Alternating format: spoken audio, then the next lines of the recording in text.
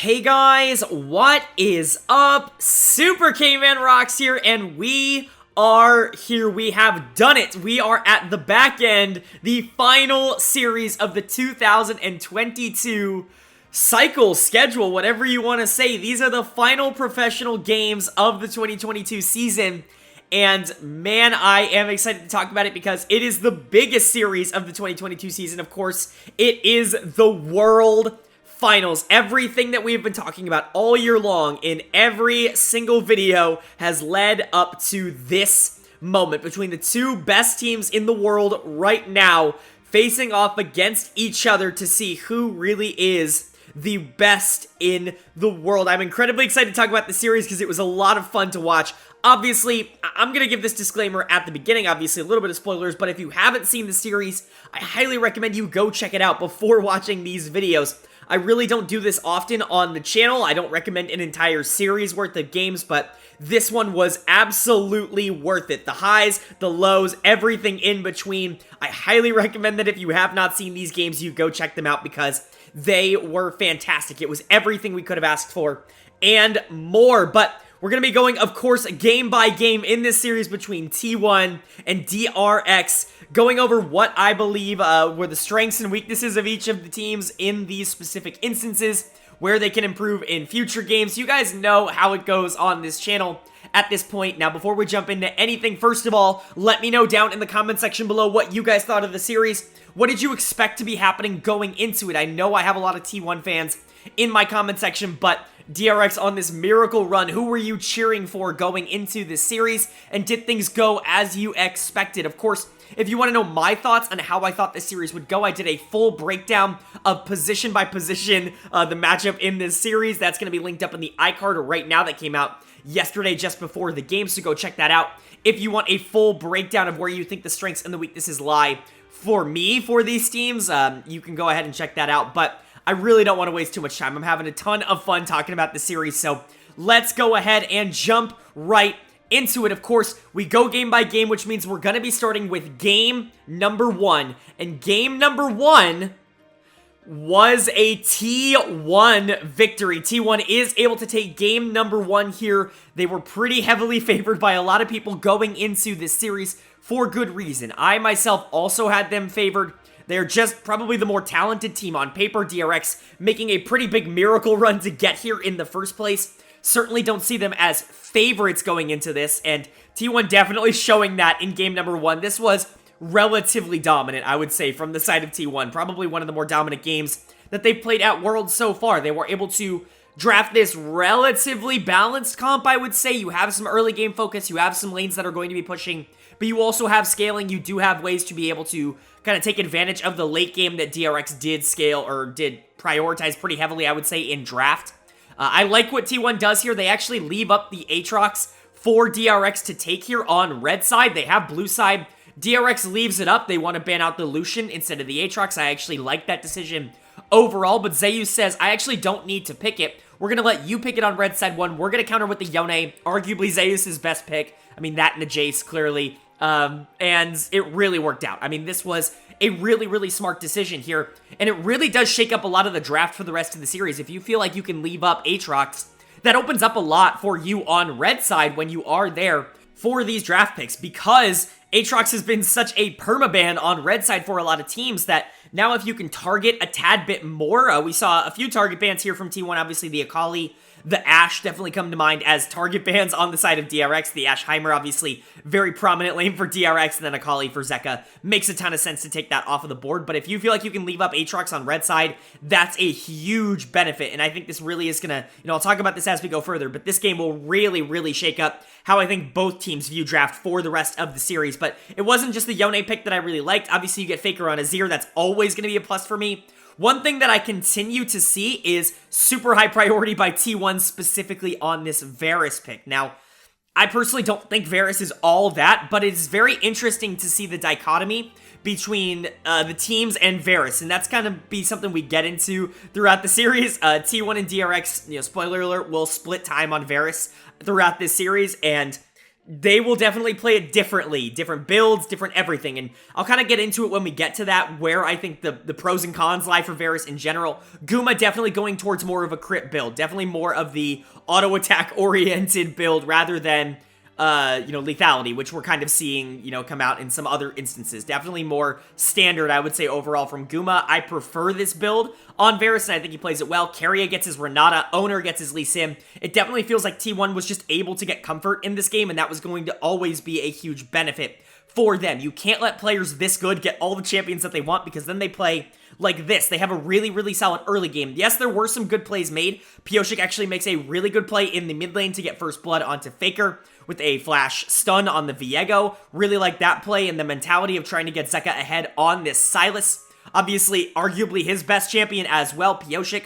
On arguably his best champion, Kingen on Aatrox, Beryl gets his Heimer. It's not like either team really was struggling to get what they wanted in this game, but it really started to devolve around a Rift Herald fight, I want to say around 10-ish minutes into the game, where we see this amazing combo. Faker gets the Shuriman Shuffle right into Zeus's ultimate for the Yone. They're able to pick up 1 or 2 kills, and that just kind of starts this snowball that T1 just starts getting out of control. They end up not really being able to lose a 5v5 team fight for the rest of the game. And then from that point onwards, I mean, when T1 has a significant lead like they did in this game, I'm talking 3-4K at 15 minutes, their macro just gets so much more difficult to play into. I think you can make a real case that T1 is just simply the best macro team in the world, and I don't think that there's going to be a lot of people that are really going to be disputing that, especially with how they played in the semifinals and how they played in this game. Just a complete lockdown. Player of the game should be no surprise to anybody who watched it. It's going to go to Faker on this Azir. What an amazing performance to kick off the World Finals. The GOAT really showed up here. I mean, not only was he fantastic, obviously got first blooded, but it's fine. Not only was he really, really good earlier in the game outside of that first blood, but I mean, we have to talk about what is essentially the 1v4 in Botside River, where I don't even know how he sees this angle, but he sees a kill on Beryl's Heimerdinger. He goes all in with the ultimate 1v4. He's able to pick up the kill, flash out, and live.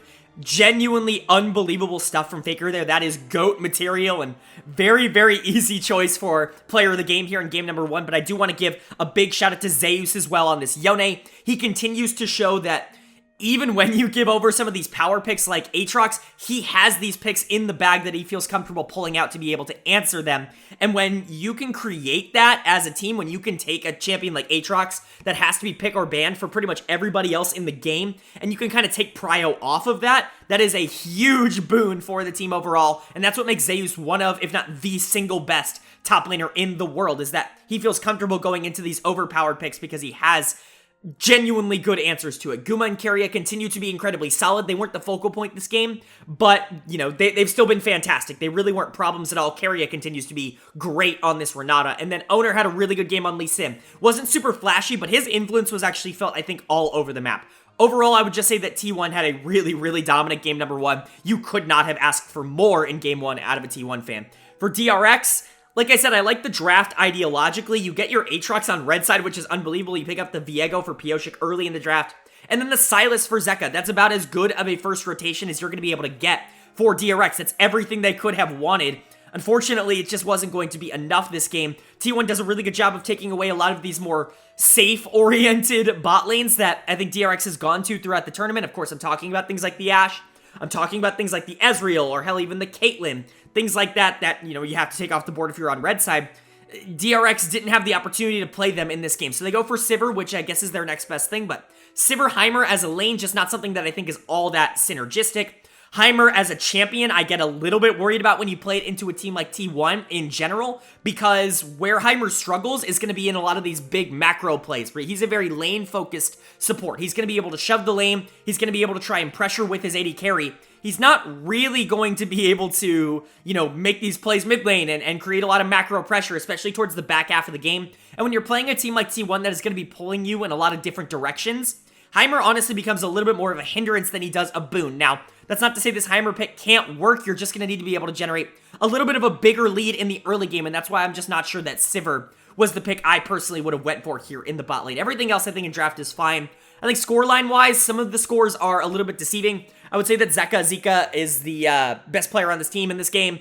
1, 4, and 3 does not do him justice. He was doing his absolute best to try and carry these team fights, but on Silas going into a super fat Azir, also the Yone, the Varus, like so much disengage here. It was really difficult for him to actually generate any sort of advantages in this game, so he ends up not really able to accomplish a ton, and I thought Pioshik made some good plays early. He just wasn't able to transition them into anything. Deft is going to get my player, or my dud of the game, I should say, here for game number 1. He accomplished basically nothing on the Sivir pick, and I think, just generally speaking, I'm not really sure why he went for this in the first place, but there is some places for both teams to move in the future. I want to see some more early game aggression out of DRX. I really like the play they made at level 2 or level 3, I don't remember, against Faker here to be able to draw that first blood. If they had a comp that could snowball those aggressive plays early a tad bit more, I think they would have been in a better spot, but obviously you're looking at this comp and you're looking at late game damage, and so getting on blue side, maybe getting some more aggressive picks in the early game, maybe a support that can do that, maybe even a more aggressive early game jungler, even though I think Viego's pretty okay for that. Just whatever you can end up doing, I think maybe going for a little bit more of an aggressive early game would be better. For T1, just run it back. Obviously, you're not going to be able to get this draft again. Yone's probably off the table for the rest of this series, I would imagine, unless they're just not going to pick Aatrox, which is also understandable.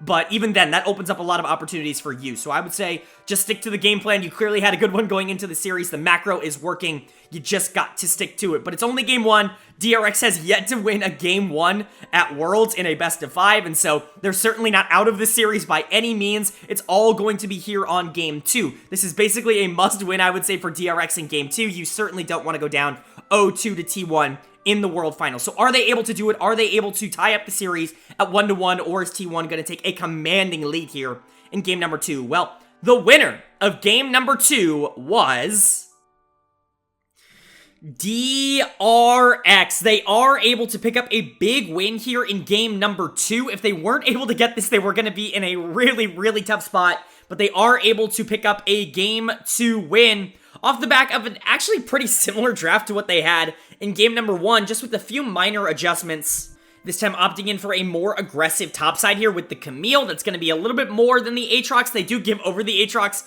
to the side of T1 on red side, which is very, very bold. Obviously, T1 felt confident that they themselves could give over the Aatrox because they have the Yone counter pick, but DRX, on the other hand, they give over the Aatrox because they don't feel comfortable taking it early in the draft, and you certainly don't want to ban it on blue side. That just feels bad, so they give over Aatrox on red side. They end up answering with the Camille on the top side. Camille actually did a really good job in this game. Want to give a big shout out to Kingin, who I think had a really good game on the Camille. Really, really difficult to play that out if the Aatrox is relatively in the game, and I think luckily for DRX, they did a really good job trying to take Zeus out of it. Camille was pushing him all the time, was able to roam to a lot of these plays, and actually did a really good job in the back half, which we will get to, but also, you're switching out that Sivir for a Varus that you're able to pick up on blue side this time. Again, a little bit surprised to see the priority on Varus, but at this point, it's hard for me to even question it really at all, because it is working out. Now, one thing to note, I do want to talk about this in this game. Obviously, we've seen a little bit more of that on-hit Varus style, you know, the shield bow into Rage Blade, you know, Runaan's, etc., Wit's End, whatever you end up wanting to go on Varus, that tends to be a little bit more common now for Varus as a build in general, but in this game, we actually saw Deft go lethality, and that's something that we've seen really fall down the priority ladder over the course of the year, and I think there are a lot of different reasons for that. I think lethality is very finicky. For the most part, you're going to be dealing less consistent damage over the course of the game, but I think realistically why Deft thought it was probably a lethality game is because in lane here, he's going into Ashe Lux. Talk about an incredibly oppressive lane duo that you have to play into. You're really never going to be, or wanting to be, I should say, in range to be able to auto-attack them super consistently. Even in teamfights, you've got the Victor that can blow you up, you've got the Graves that can go in.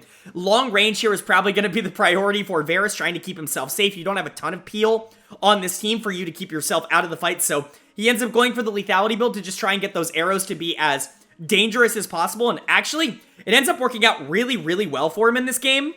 Not only is he able to do a ton of damage in this game in a lane phase where he really doesn't have any right to into Ashe Lux. I mean, this is a direct counter to what the Heimerdinger was offering you on blue side here. Ashe being really, really good into that, and then Lux just kind of doubling down on this lane poke pressure that they're going to be able to offer here, but Varus is actually going to be really safe from this. The Heimer's going to be able to stand up and kind of use the turrets to be able to push through a bit. Obviously, Lux relatively good into Heimer because they can just break the turrets really quickly, but Deft was building lethality so he could stand in the back, throw out these Qs, clear the wave easily, and be able to fight towards the back half here, which was really, really helpful and especially came in clutch towards the back half of this game, which we will get into later. But overall, I really do like what DRX went for. They didn't want to change up too much. You still keep the Viego-Silas mid-jungle duo, and I think that was positive in game number 1. It was definitely your strongest point on the map in game number 1, and so keeping it here makes a ton of sense. It's also 2 of the best picks that these players have. You keep the Heimerdinger as well in order for that push bot lane. Now, I talked about in the last game that I don't typically like a pick like Heimerdinger into a team like T1 because T1 can really punish that Heimerdinger pick more than other teams with their macro play. Unfortunately for T1 and fortunately for DRX, Barrow clearly has thousands and thousands of hours onto this Heimerdinger pick because he looked incredibly comfortable this game. He actually got into a pretty big deficit. He was like 0-3 for a majority of this game, but I've never seen an 0-3 Heimerdinger be this relevant over the course of a game in a long time. Barrow did such a good job of being exactly where he needed to be. He knew exactly which ultimate to use at which time. His CC towards the back half of these games and some of the team fights around Dragon were absolutely massive. And just generally speaking, the Heimerdinger towards the back half of the game was incredibly important towards what DRX was doing. I would not have expected that coming out of game 1, but that's exactly what happened here in game number 2. But all of this leading up to player of the game being Deft here on the Varus in game number 2. Like I said, the lethality really coming in clutch, and it very much came clutch around a Baron fight. So the way that this game kind of went down, it was a little bit interesting. T1 did get a pretty solid lead in the early game off the back of Owner, Faker, Guma, Carrier, just kind of winning lane, being able to push forward, getting some kills, winning some trades. Overall, it was relatively good, but DRX was not out of it by any means. They were fighting over dragons. You end up getting to this point where they were up 3 dragons to 1. T1 then fights back again. They're able to get the next 2 dragons, you know. They're able to push it to 3 dragons apiece. T1 gets the smite on the dragon, but they do end up losing the team fight. This time around Baron, where DRX are able to find a massive pick onto Faker pretty early into the fight with the Deft, the Varus ultimate, and they're able to blow him up, and then from that point onwards, the fight is just over. A fantastic showing by Deft in the back half of this game. His ultimates were fantastic. His ability to clear wave in the middle of this really made it hard for T1 to actually push their advantages that they were able to generate, and at the end of the day, it really only took one fight, and that's what Lethality Varus is there for. You hit the ultimate, you hit the Q, somebody's getting blown up, and all of a sudden that fight becomes a lot easier towards the back half. So Deft is going to get my player of the game here in game number 2. You can give a ton of credit, though, over to Kingen. I actually really think he played fantastic on this Camille. The engages were really important. You look at this team comp, you look at Viego, you look at Silas, you look at Heimer, even Varus, right? All of them need some way to get in. They're really not going to be all that adept at starting fights on their own. It's really up to this Camille to be able to jump in and create a lot on the side of DRX, and Kingen did that over and over and over again. A ton of very, very solid plays coming out from Kingen on this Camille, and definitely showing why he deserves to be in the finals. I think a lot of people were looking at him as potentially a huge weakness on the side of DRX going into the finals here. Somebody who may have been one of the bottom 2, bottom 3 top laners in the LCK last year, and now he's in the World Finals. He's really showing up here, and he's playing a great game so far. He's been great at Worlds, and this was another really good game of Camille here on game 2. For T1, on the other hand, you had this game kind of in your hands. Like I said, a good early game that you just really weren't able to capitalize on in the way that you wanted to. My dud of the game could really go to a few people. I'm going to give it to Faker because he was just getting caught out just a tad bit too much. The damage on this Victor was actually really high, and I actually think he was pretty good, but so was everybody else on T1, in my opinion, over the course of this game. The problem was that Faker was just a little bit mispositioned, and some of the macro calls towards the back of the game were just not all that good. You really should not have been going for that Baron with Carrier lagging so far behind. That was the call that really sealed T1's fate in this game, and unfortunately, I'm not going to blame that entirely on Faker, right? But at the same time, we know Faker's the main shot caller. It was a bad call, and his positioning in that fight really is what led to them losing in the first place. And so Faker, unfortunately, going to get my dud of the game here, but you could theoretically give this to Zeus in the top lane on the Aatrox, who just was continuously shoved in by this Camille. Pioshik spent a ton of time up there to be able to try and stop this Aatrox from snowballing out of control, but if you're the best top laner in the world on the best top lane pick on the patch, you should be able to at least have a relevant late game, and that's not really something that Zeus had in this one. He really, really needs to step up and be that dominant top lane presence. He needs to be, quite frankly, better than Kingen in order for T1 to feel a lot more comfortable in this series. I think you could also theoretically give this to Gumayushi on the Ashe. He didn't really make a lot of mistakes in this game, but no arrows were really hitting. Deft was doing a great job of being able to dodge those in the mid game so as to not blow cleanse before major fights. And even outside of that, the Ashe was doing negative damage towards the back half of the game. I blame that a lot on the pick Ashe. I really don't think that Guma really played it all that bad. Ashe just doesn't really do damage right now, and so, unfortunately, when you get to these, 45, 46-minute fights, it's just, Ashe really isn't going to be that hyper carry that you need. The Varus is just going to be out damaging it. I think theoretically you could give it to any of them, and you would be relatively right about it, but in this one, it's just going to go to Faker for me. Where do the two teams need to move on? Well, now that it's 1-1 in the series, I actually think it's relatively interesting where both of these teams are going to head. It's going to be interesting to see if they both adapt or if they both kind of stick to the comfort that they've been going to. Because for the most part, over the course of the first two games, we really haven't gotten any surprises. I think the Lux being brought out by Keria was a little bit of a shock. But outside of that, everybody else has really been sticking on comfort. You could argue for DRX this was even more comfort than in game number 1. You've got Kingen on the Camille, Pioshik on the Viego, Zeka on the Silas, Beryl on the Heimerdinger, even Deft on the Varus. All picks that I think they've gone to relatively consistently. It's going to be interesting to see now moving back to red side if they're going to have that same kind of priority. Unlikely, but it's definitely going to be interesting to see if they don't have that where they adapt to. For T1, on the other hand, you just need to get back to this idea of being able to win in the mid-game. The mid-game was really where you separated yourself from JDG in the semifinals, and it's where you really took over the game in game number 1. Yes, you had a good early game, but that mid-game is really where T1 separates themselves. I think if they can just calm themselves, collect their ideas, they can come back in game number 3 and really just play the game that we know that they can play, what they have played all year long. So are they going to be able to do that in this next game, or is DRX really going to shock the world and go up 2-1 on T1? Everybody who follows the channel knows I think Game 3 is the most important game of the series. You do not want to go down 2-1 against one of the best teams in the world. So who's going to take the victory here in game number 3? Well, the winner was T1. They are able to take game number 3, and what a game it was. I mean, it's going to be a little bit difficult to talk about this one without covering the elephant in the room for far too long, but I'll try to do my best because there was a game played before the last, 10-ish minutes of this one, but man, what a heartbreaker if you are DRX. You'll notice a bit of a weird thing on my graphic. For the first time ever, I have 2 duds of the game, and I will talk about that in a bit because it's kind of 50-50. They both get half of a dud of the game in this one, in my opinion. But let's talk about T1 first. Let's talk about draft. Again, more prio on things that we're seeing kind of rise over this series. Varus, obviously the highest priority thing in this series by a considerable margin. It's been first pick blue side in all 3 games so far.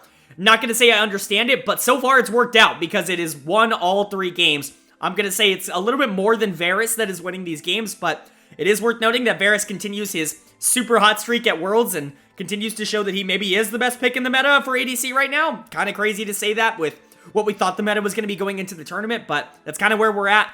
They end up pairing it with the Karma. In this game, I actually really like Varus Karma as a lane. I think it helps Varus out a ton. Not only does it give him a bit more mobility with the speed up, but obviously the damage that Karma can output in lane, the poke that Karma can give you, is always going to be beneficial. It gives Varus a lot more time to be able to push that lane forward, and man, did Varus and Karma dominate this laning phase over the Kalista Renata. Not really a lane that you would expect Varus Karma to dominate in, because Kalista in general should be winning early, but they absolutely did. The Varus was really, really strong by 15 minutes into this game, and a lot of that, in my opinion, was this lane dynamic that they got in draft. They also go for what is, in my opinion, one of the strongest team-fighting mid-jungle duos in the game with the Graves and Azir.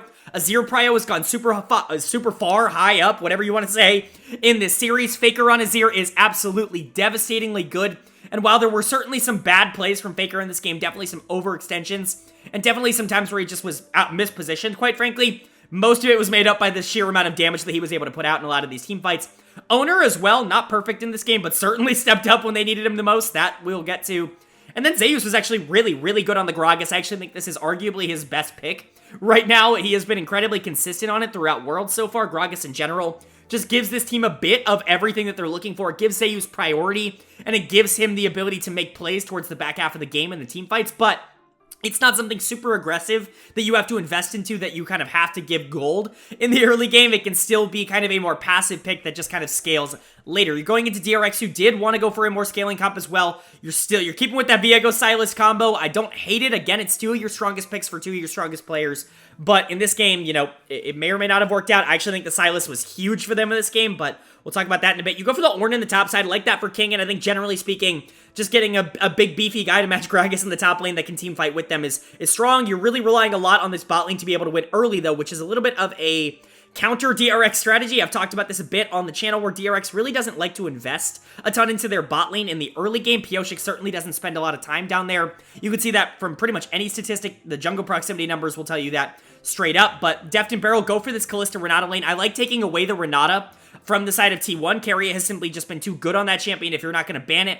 I think taking it away is really strong, and Renata in general is really good into something like Varus. And so I do like that pickup. Unfortunately, the Kalista matched with it didn't exactly work out this game. Deft was actually quite poor in laning phase, in my opinion. Got completely run over. He did have some good damage in team fights. He was able to catch up towards the mid game, but over the course of the early game where Kalista is supposed to shine, he really just wasn't able to do that. So let's kind of talk about the pacing of this game.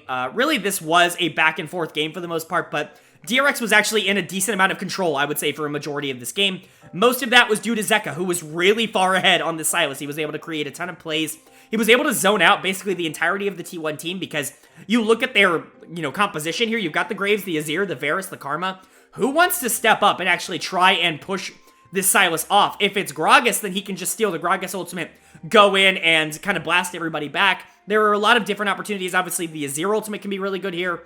Even something like the Varus ultimate can be super beneficial to the team here. Zeka was actually really dangerous on this Sylas and was really carrying DRX towards a pretty strong win. Beryl was also having a phenomenal game. Some of those ultimates, those hostile takeovers, were phenomenal on the side of Beryl. Zeka and Beryl were definitely kind of hard carrying, I would say, in game number 3 here. But at the end of the day, DRX went for a certain game plan, and that game plan was objective focused, and I respect that. That's a game plan I like to go to. Unfortunately, the objectives didn't quite go their way in this game, and I'll just talk about it here. Really, really frustrating if you are a DRX fan. You'll notice that 2 Barons went to the side of T1. DRX was actually in the pit and in control for both of those. The first one, I would blame almost entirely on Pyosik here. He just misses Smite, right? You've got Kalista Rend. Deft goes ahead and rends it down to 600 HP, and Pyosik just doesn't smite. Owner's able to get into the pit even after the stolen Azir ultimate. He's able to pick up that first Baron. It's a massive steal that lets T1 stay in this game. If DRX gets that, they're probably able to snowball the rest of this game and kind of just get it out of control. And then the second one's heartbreaking. The Baron's at like 2k health.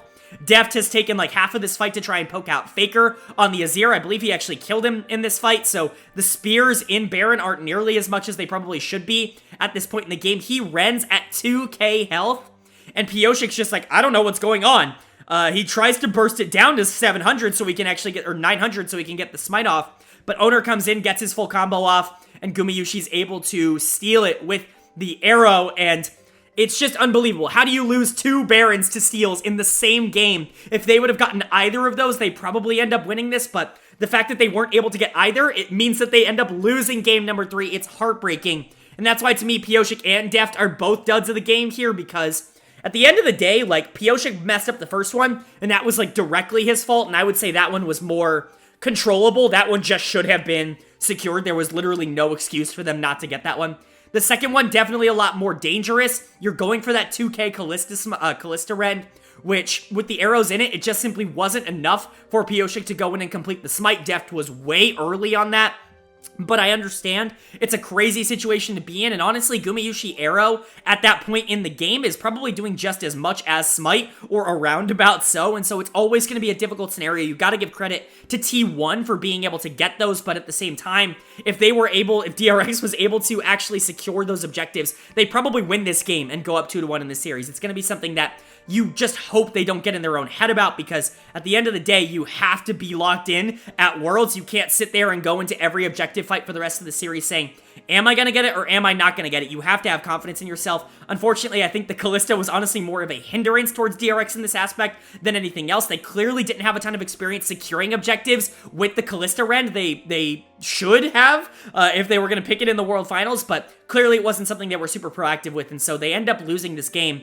much to the chagrin of Zeka and Beryl, who I did think played phenomenally on the side of DRX. But on the side of T1, you have to give player of the game to Keria. There is literally no one else you could give it to. Yes, you could give it to Guma for being able to steal that final Baron. You could give it to Owner for stealing the first Baron, but no one was playing this game better than Keria. Simply not. He was everywhere, and I mean everywhere on the map. T1's entire macro game was centered around Keria on this Karma. He continues, in my opinion, to prove that he is the best player on T1 and probably the best support in the world right now. He just continues to be dominant on whatever he ends up picking. It doesn't matter if it's an Enchanter. It doesn't matter matter if it's an engager. It doesn't matter if it's a poke-oriented mage in lane. It doesn't matter if it's a more passive lane. Keria just dominates on pretty much everything he plays and just continues to show that early game, late game, it doesn't matter. He is a dominant force in the support position, and you gotta give him credit for that. He was top lane, he was mid lane, he was bot lane. He was everywhere that this T1 team needed him to be. Very, very easy choice for player of the game for me. But like I said, you gotta give a lot of credit to Guma for being able to steal that second Baron, credit to Owner for being able to steal the first. Credit to Zeus for a lot of really good ultimates in this game. Obviously, being a huge frontline force for T1 as well. Gonna be very important in this game, but just generally speaking, this was wild. Blue side continues their reign of terror, I would say here, with all 3 of the first wins. Not gonna say that that is indicative of everything, but Blue side has definitely shown that it is the stronger side here at Worlds in draft, and I think that's kind of showing up here in World Finals. So where do I think both teams go? Well, DRX goes back to Blue side here. I really don't know where you go in draft here. Definitely drop the Kalista, but I actually don't hate the ideas that you kind of showed in draft here.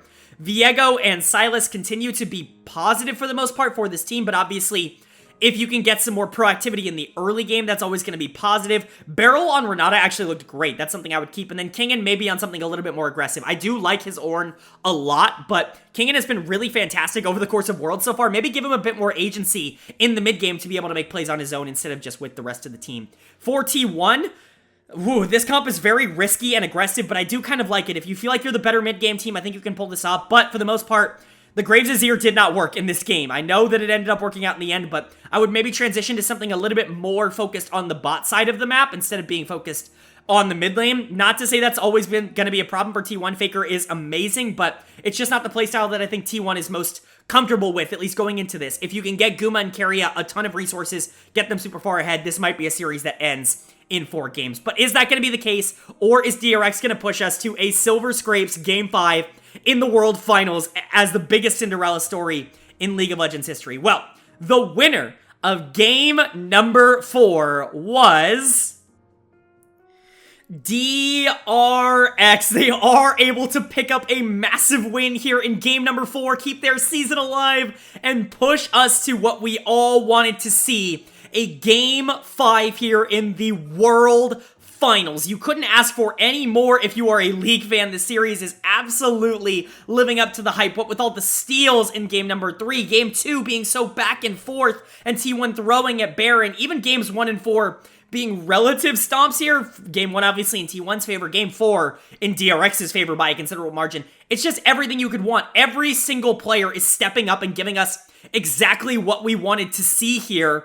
But that's big picture stuff. Let's go ahead and talk about Game 4 and what exactly happened in this game to send us to that Silver Scrapes Game 5. Well, DRX kind of pulling some tricks out of the bag that, going back to play-ins, this is a very similar comp to what they ran a lot in play-ins. You go back to that blue side 1 Varus, obviously whoever gets that in the series seems to be in a pretty happy state because of it, but going back to Azir for Zeka, something that I think a lot of people started to doubt as the tournament went on, but Azir was one of his better picks throughout his time in the LPL. Wasn't so great in the LCK this season, but he's been very good on it at Worlds. Was very good in play-ins and kind of moved away from it as he went to more melee mids throughout the rest of the tournament. But you go back to the Maokai, a pick that's really fallen in priority throughout the tournament, but you have to remember in play-ins especially, DRX got Maokai basically every game, whether it was Juhan, whether it was Pioshik.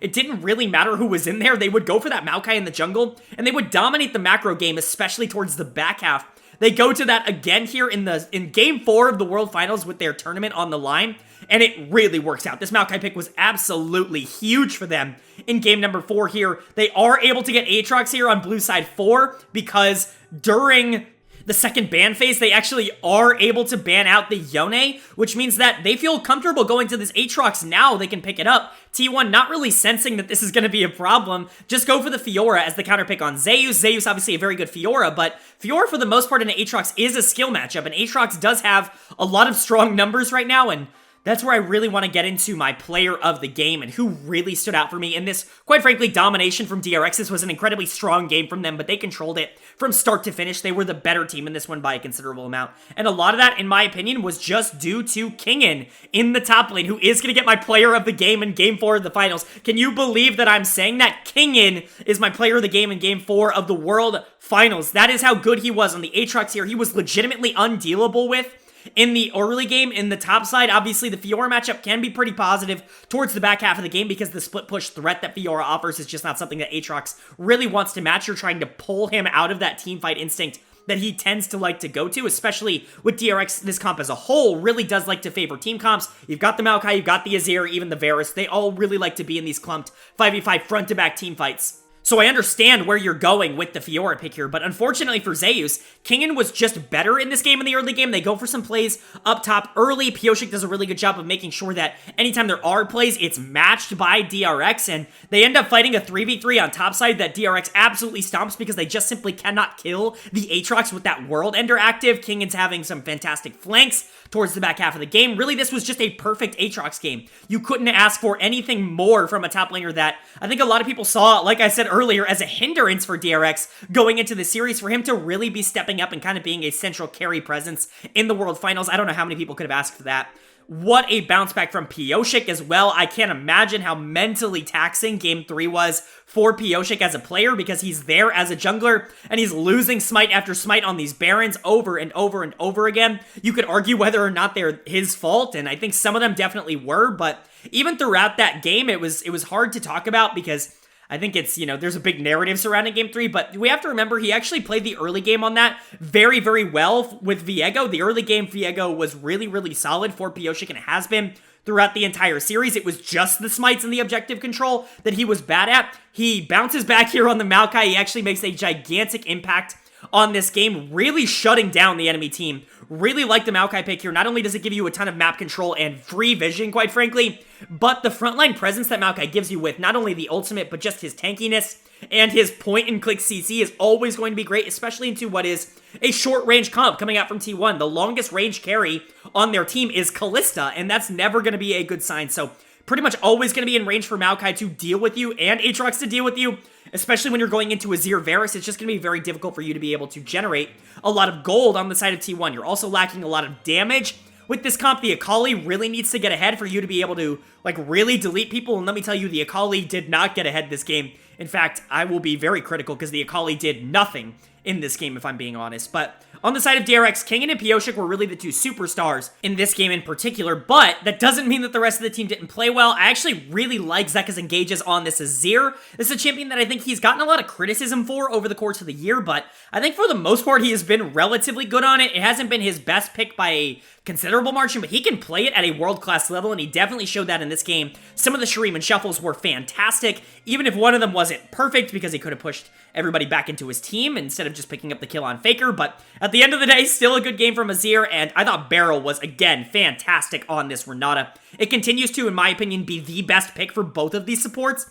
at the World Championship. It's going to be absolutely massive to see if this is either pick or banned in that game number 5 because both players have shown a really strong proficiency for it. But on the side of T1 in this game, not a lot of good to really talk about. Zeus really tries to ego them with the Fiora in the top lane. It did not work out in this game. I don't expect them to go back to that. In fact, I would be shocked if they let the Aatrox through again because I don't imagine that DRX is going to pick it without banning Yone. And clearly, obviously, even if they go back to red side, that actually gives them more of a chance to pick it up here on R3 because then they can pick it and then immediately ban the Yone, so it just gives them more opportunities. I'd be surprised to see the Aatrox go through, but you on blue side as T1 don't feel very good banning out the Aatrox. It's definitely an interesting situation that you put yourself into. You grab the Sejuani here. That's a pick that's kind of been banned out for the majority of the series. T1 picks that up on red side here, tries to get those melee solo laners going here with the Fiora, and the Akali does not work out. The Sejuani just gets completely out-macroed by the Maokai, which is kind of just what happens in this matchup. I really don't understand the super high prio on Sedge. I understand that she's a very good pick, and I do think she can be strong, but for her to just be pick or ban every single game of World Finals, not something I particularly understand. And then Faker on the Akali. This was a bad game. He's going to get my dud of the game here. He did nothing. There's really nothing else to say. He just had a bad one, and it happens. It's just unfortunate that it happened here in the World Finals. I know that there are a lot of people that really love Faker. I'm in that. I think he's been a top 5-ish player in the world at Worlds so far. He has had games where he has been dominant, but he also has had some games like this where it's just been nothing, and that's kind of what it was on the Akali in this one. Even in a fight where he really had an opportunity to really shake things up in bottom river, he goes in and he has to ult out here, and he does 0 damage because he's so far behind at that point in the game. And if Akali can't burst you down she can't do anything in the game. Multiple times getting caught out by Maokai W, and even more so getting caught out by the Aatrox or the Varus ultimate, or just in general, a lot of problems here on the side of T1 for Faker, and the Akali pick just isn't working out. I would be very surprised to see them go back to this in game number 5 because it just didn't work. The Callista continues to be a problem. I understand in theory where that can be a counter to the Varus, but it certainly has not worked out in this series so far, and I would expect teams to move away from that, even if the Soraka itself was okay in laning phase. There was some really aggressive trades made by Beryl and Deft early in the game that Keria was able to punish. Unfortunately, all the gold went on the Soraka, which is about as worst case scenario as it could possibly get on the side of T1, and so for the most part, T1 just didn't play this game all that well. There were some plays in the early game that went their way, but basically from 10 minutes onward, this was all DRX all of the time. A fantastic bounce back from a team that really felt mentally destroyed after game 3, so for them to be able to come back, really recuperate, and just kind of dominate game 4 and push this to a game 5, that's got to feel good. But here it is, game number 5, the final game of the 2022 season, game 5 of the World Finals between T1 and DRX. Both teams kind of have avenues that they know they can go to in order to win games. T1 has shown that if they're able to dominate that mid game, if they're able to get objectives, they are going to be able to win. DRX shows that they are able to kind of control the map and keep the game flow in their direction, that they're going to be just as strong as anybody in the world on their comfort. So whose game plan and whose style is going to come to fruition here in game number 5? Who is going to be your 2022 League of Legends World Champion? Well, the winner of game number 5 and your 2022 World Champion is DRX! They did it! They are the 2022 League of Legends World Champions from going 9-9 in the LCK Summer Regular Season, barely making the regional qualifier off a tie in championship points, fighting their way to Worlds, going through play-ins, going through groups, being down in every single series they played at Worlds. They have done it. They have won Game 5, and they have won the 2022 World Championship. God, what a story. You can't write shit better than this. It just simply isn't possible. This game lived up to expectations. This run lived up to expectations. Let's go ahead and cover the game first, and then we can get into some big picture stuff, because this game was absolutely flames. And it started in draft with the craziest draft of the year. Without any consideration, it's the craziest draft in the year. T1 gets blue side, they go for Karma. First pick. What? Okay, that's pretty crazy, but they pretty much expect DRX to go with that Caitlyn that they do end up leaving up here. DRX takes the gambit, they go for the Caitlyn here, they answer that, they also take the Azir away from Faker. Zeka gets to play his final game of Worlds on the champion that most people have criticized him the most for. T1 answers with the Scaling Victor for Faker and the Varus, which has fallen all the way down to third pick, but they're going to be happy to grab that on blue side. And then where does DRX go? But they grab the Aatrox. This is exactly what I talked about. When you're on red side and you've got that third pick, you can afford to pick something that has a counter, because then you have bans to counter that counter. And that's exactly what happened here. They pick up the Aatrox here on R3. They're able to ban out the Yone. They grab the Lee Sin ban for good measure. T1 bans out the Sedge, bans out the Kindred, doesn't want anything trying to enable that Aatrox more than it already is right now. And then we get the crazy pick. Beryl goes for Bard. The first Bard of the World Championships here in World Finals. Are you kidding me? An unbelievable pick there. You've got Caitlyn Bard, which can be an incredibly difficult lane to lane into, but Bard gives you a lot of flexibility towards the back half of the game as well. And then T1 actually answers with Viego. They're the ones picking up Viego for the first time in the series, but we know Owner can play it. And then Zeus, what's the counter to Aatrox? Well, it's Gwen, and Gwen is a pick that we've really seen fall out of the meta here, and then DRX just goes for the Hecarim. Just to cap all of this off, an incredible draft phase really sets this up to be an incredibly bloody game that is really going to show the best and the worst, I would say, of both of these teams, because somebody's going to win and somebody's going to lose, and these drafts are definitely risky for both sides. But again, everybody's always won on blue side, so DRX is going to be coming into this game with a bit of a chip on their shoulder, because not only are they the not favored team, but they're also on red side, and T1 definitely tries to take advantage of that blue side advantage early by invading and really trying to create some panic early in this game. Owner does a really good job using the Viego's early power, even over something like a Hecarim, to try and create chaos by stealing the blue buff away. He actually 3 buffs Piosik in this game. Luckily for Piosik, he's actually able to recover quite a considerable amount in this one, but the early part of this game does not really go DRX's way. Even their bot lane, the Caitlyn Bard that you really draft to be able to win that early laning phase, does not really hold up against the Varus Karma. Karma actually does a great job being able to push out, and the Varus can really just be super safe. He just can kind of shove the wave and not really worry too much about either the Caitlyn or the Bard. It takes away a lot of the power that Caitlyn has in general. So through the early part of this game, I think you would actually say that T1 really had the advantage, but it was kind of that secondary part of the early game or the early part of the mid game, whatever you want to call it, like 7-8 minutes into the game where things start heating up for DRX because Kingen really starts getting online on this Aatrox. This is a pick that T1 let through again here in game number 5 like I talked about, and it really is coming back to bite them because the Aatrox continues to be a problem. The Gwen matchup can be relatively positive for Gwen, but Kingen actually is able to get a solo kill in the top lane onto Zeus, the best top laner in the world. That is absolutely crazy. If you would have told me at any point in this series that Kingen would solo kill Zeus, I probably would not have believed you, but here we are. Kingen is playing absolutely out of his mind in the World Finals right now, and we start getting a lot more skirmishes towards the top side. Rift Herald, DRX is really corralling a lot of the objectives. They're able to start stacking dragons. They're able to start stacking heralds. A lot of things kind of going their way, even if T1 has a general gold lead, I would say, throughout most of this game. DRX is kind of stacking a lot of the stats, a lot of the objectives, and so good and bad for both teams, but you end up getting to this later part of the game where everything starts kicking off. You start getting some really back and forth fights, a lot of 3-for-3s, right? Like a lot of trades where both teams are kind of coming out on top, T1 maintaining their gold lead, DRX still feeling confident that they're able to engage later in the game because a lot of these kills are going to the Aatrox or they're going to the Hecarim, both who can really take advantage of that towards the back half of the game. You get a really big fight around Rift Herald where Hecarim actually ults, Fear ults everybody right into Zeka's Azir ultimate, and that sets them up for a really big team fight win that actually puts DRX in a pretty commanding spot in this game. But then you have Baron. And boy, DRX with Baron, it can never be easy, can it? It can never be easy because the Baron, the first Baron in this game, gets stolen by T1. It gets stolen by another Gumayusi Varus Q.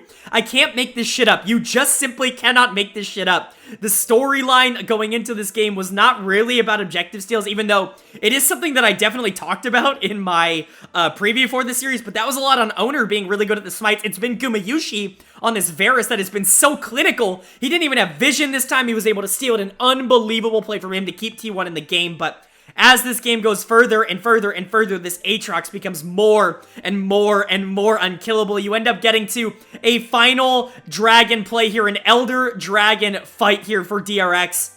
And guess what? They're able to pick up the win here. The Piosik does land the smite on the Hecarim. Kingen takes over the fight. Def does a ton of damage. They're able to pick up the win in that fight. They march it down mid lane, and they end the game, and DRX are your 2022 World Champions. I just can't speak highly enough for how amazing and incredible of a story this is, how incredible this team is for overcoming all the adversity that they were given, not only in the LCK, but even at Worlds and, you know, early in the World stage, and then being down in every single series, being counted out in every single series. You just can't. You can't. You can't script this. It's miracle. It's miracle fuel. Like, I believe in miracles now because this happened right in front of me. Kingen's gonna get player of the game again here in game number 5 on the Aatrox. Insane that this pick was let through again, even though they knew that it was probably gonna get, you know, picked and Yone was gonna get banned. A really good job from DRX to kind of see their advantage there, to take advantage of where they thought T1's hubris might catch up with them, and in fact, it absolutely did. Faker on the Victor, I think, was a good call, but everything else, I think you can make a lot of questionable cases for the Gwen pick, especially very much not working out here in the final game. It was doing some damage, but at the end of the game, like at the end of the day, it just was never going to be relevant enough to be able to take down the side of DRX in the back half. If that's the one with all the gold, you're going to be in a problematic scenario. Keria is going to get my dud of the game here. Certainly not game 3 Karma coming out here, and it's tragic to give him that, especially with how everything ended here for T1 with Keria, you know, crying at the end of the series. Like, I can't imagine the emotions that would go through me if that were to happen to me. It's got to be one of the most difficult things in the world to process, and all my condolences in the world, obviously, to T1, but it's more than just the series, for T1 this year. This was a team that was heavily counted out for a majority of summer. You have to remember, this was not only a team that I got a ton of flame for saying was going to win the LCK, but as soon as they didn't, I got a ton of flame for even thinking that they were relevant. I put them 4th in my power rankings for Worlds, and everybody thought that was too high. This was a team that nobody thought was ever going to get their shit together to get here because their drafts or their cohesion or whatever you want to say just weren't there for them all year. Well, you know what? That spring version of T1, that version that they had before going to MSI, before everyone just decided to hate Gumayusi and hate Carrie and say they weren't good enough to be able to be on this level, that version of T1, that showed up at Worlds, and that was the real version all along, and it was really, really exciting to see them prove that to everybody here on the world stage throughout the entirety of this tournament. They have nothing to be ashamed of by any margin, and honestly, with how young this team is outside of Faker, it would be a miracle if they, if they're willing to stick together, if they don't get back to a place like this in the near future, because the talent on this team is absolutely ludicrous. You have maybe the best top in the world, maybe the best support in the world. Gumayusi played like the best AD carry in the world for most of this tournament. Owner is a rising superstar, and Faker in the mid lane. Like, this team has everything that you could possibly want, and just because they weren't able to get it done this year does not mean that their dynasty or their legacy is over. It just means that this year wasn't the year, and it's unfortunate for them, but at the end of the day, only one team could be world champions, and in this case, it was DRX. So let's go ahead and talk about DRX as a whole. We're going to start talking about our finals MVP. On broadcast, they ended up giving it to Kingen, and for me, I'm going to agree. Kingen is the finals MVP, the world finals MVP. If you would have told me that a couple of months ago, I would have called you absolutely insane. But you know what? Here we are. He was spectacular in this series. The two Aatrox games in games 4 and 5 were the reason that they were able to win this series.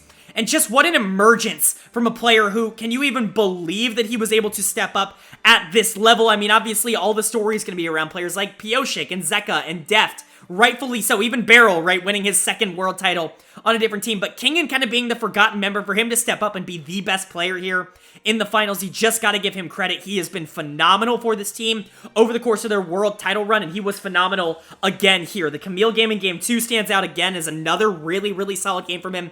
In fact, I don't remember a single, really bad game from him at Worlds. That's how good and consistent he has been. If you would have told me that DRX was going to win World Finals, he would have been the last person I would have told you to get this award, but to say that he deserves it would be an understatement. He really stepped up, and he was phenomenal, not only in just this series, but at Worlds in general. And I also got to talk about my Worlds MVP in general, and that's got to be Zeka. I mean, come on! Come on, look at this graphic. Xiaohu, Knight, Scout, Chovy, Faker, all of them cut down. You can add Larson into the mix if you want that. You can add Niski into the mix if you want that. There are so many great mid laners that he played at this tournament, and he proved to be better than all of them. Even in the losses in this finals, he was really good on those Silas games in games 1 and game 3, even if, the scorelines didn't always respect that. He was awesome in this series. He's able to pull out a Azir in the final 2 games of champion that he's been criticized so much for over the course of the year, and he's able to show that, yeah, I can play this at a world-class level. I can win the world championships on Azir. Every doubt about Zeka for me has been completely erased, and this is somebody who, in my case, I went into this tournament already calling him one of the best mids in the world. I've been calling him one of the best mids in the world all year in the LCK, because he's always had that playstyle for him to really show it to everybody at the World Championships. It really feels validating as an analyst, and I'm just so happy for him, because he's somebody who's, his career I followed so much, and I've been so, hyper positive about him on this channel. For him to finally, show it to everybody and really prove it, I think it's just such a great feeling in general. Really, you gotta feel happy for Zeka, and you gotta feel happy for DRX in general. Look at this graphic. I'm gonna have it up on the screen. The amount of times that this team has been counted out, the amount of times that this team has been told that they weren't gonna be good enough, that it was never gonna matter, that all of this was, at best they were an easy out at Worlds. None of that matters now that they are world champions. They had a losing streak against T1 that hit 14 games in a row Summer Week 5. That's not a series losing streak. That is a game losing streak. They didn't take a single game off of T1 in 14 straight games through Week 5 of Summer. A losing streak versus Gen G that reached 12 games. They were able to oust them in the semifinals. They lost versus Liv Sandbox in the quarterfinals. They didn't win a single playoff series in the LCK this year. 9-9 in the regular season. 6th place, barely making the regional qualifiers, only due to a tie and a slightly better finish in the summer split with the Guangdong Freaks, who didn't even get a chance to represent themselves in the regional qualifiers. That's how incredible DRX had, the odds that they had to overcome. But you look at what happened in the regional qualifier. They were doubted against KT Rolster. Only chroniclers you can see there picking DRX to win. I picked DRX to win that series, and I looked pretty smart for doing so. But even I didn't think they were going to be able to beat Liv Sandbox with how well they had been playing. Valdez, the only one actually believing in them to win that series, and he is correct as they pick up another huge win against Liv Sandbox to push themselves even into play-ins in the first place. You look at their play and win prediction, 65% of people thought RNG was going to win Group B. DRX outlasts them. They beat them. They go 5-0 in that stage, and they win it. 74% of people picked EDG to beat DRX in the quarters. 83% of people picked Gen G to beat DRX in the semis. 84% of people picked T1 to beat DRX in the finals. They overcame all of that, all of the adversity, all of the doubt to just show up and really prove themselves as the true world champions of 2022. You can't ask for a better Cinderella story, and I just don't know if there's a better org and a better group of players for it to happen to than DRX and Deft in his final dance. It's so heartwarming, and it's just fantastic to see.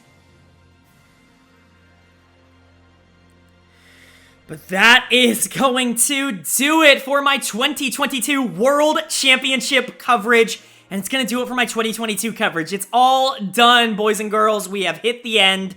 And I really appreciate you guys going along this ride with me. There's been so much good, so many fun storylines, so many teams, so many games, so many fantastic moments.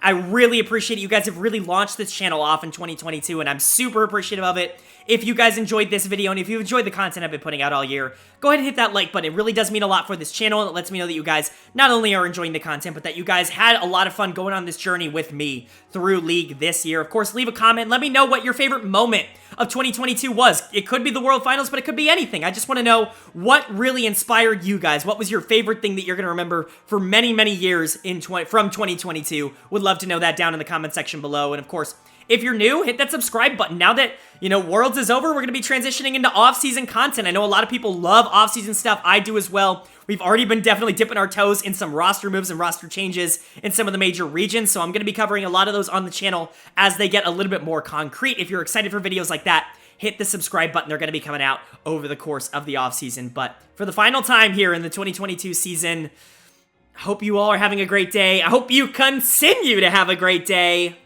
And I will see you all later.